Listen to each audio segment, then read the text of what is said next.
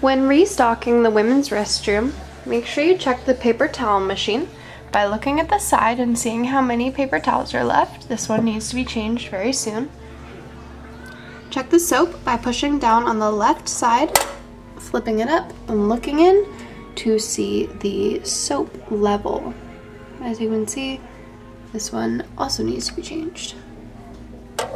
Next, you want to walk into the stalls and check that each one has 3 toilet papers.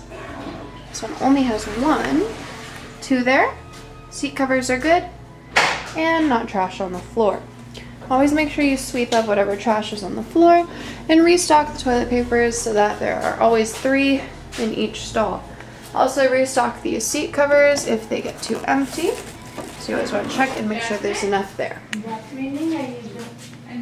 This is an example of a good stall. Has 3 toilet papers there, 2 full rolls there.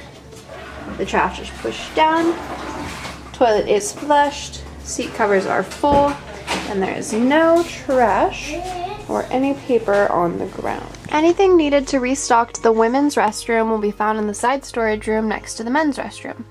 This top shelf has toilet paper and paper towels, different colored trash bags, feminine products, hand soap, seat covers, and paper towels.